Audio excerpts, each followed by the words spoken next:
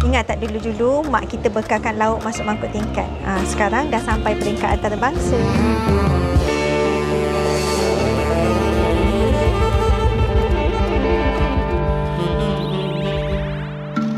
Mangkuk tingkat ni bukan sekadar bekas makanan, tapi lambang budaya yang dah hidup lebih 100 tahun di Asia Tenggara.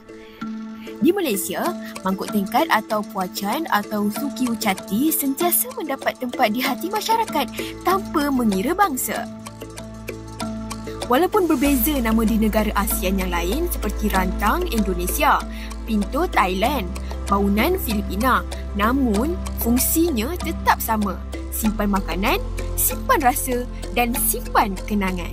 Sampai menarik perhatian PM sendiri untuk sidang kemuncak ASEAN ke-46, Datuk Seri Anwar Ibrahim telah menempah khas mangkuk tingkat ini sebagai hadiah rasmi ketua-ketua negara ASEAN.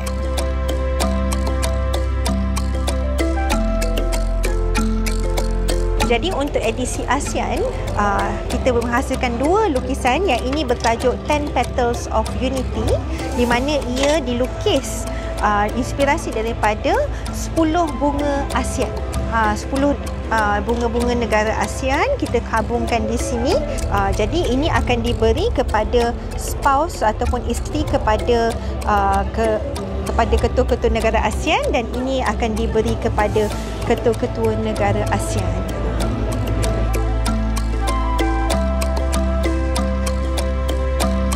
Satu benda yang indah adalah flora dan fauna. ASEAN ada bunga-bunga yang sangat cantik, landscape of ASEAN countries. Jadi bunga-bunga ni sebenarnya ada di semua negara-negara ASEAN. Jadi kita gabungkan, jadilah dia.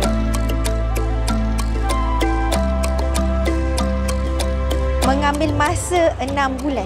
6 bulan? Ya, 6 bulan. Untuk lukisan ni sendiri mengambil masa 3 hari untuk Farahin hasilkan. Lukisan asal dibuat oleh Farahin itu artis jiwa yang bisu dan pekak. Untuk melukis ni cuma ada 2 orang sahaja.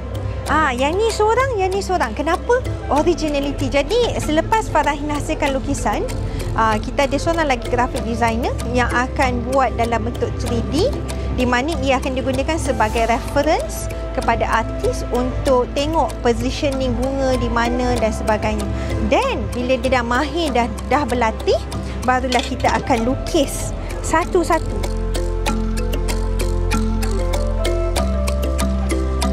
Untuk tahun ni di World Expo Osaka, MITI telah memilih TV Jiwa antara produk yang akan dibawa ke sana sebagai official gift, dan ini juga merupakan lukisan daripada Farahin, artis OKU kita.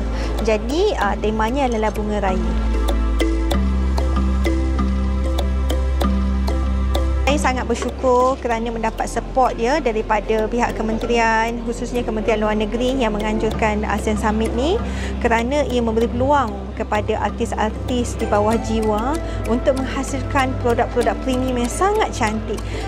Cantik-cantik kan mangkuk tingkat ni? Sampai boleh jadi hadiah diplomatik. Apa yang buat ia lebih istimewa? Semuanya hasil tangan golongan OKU. Dan setiap satu ada 7 lapisan warna yang dilukis dengan teliti, satu demi satu lapisan.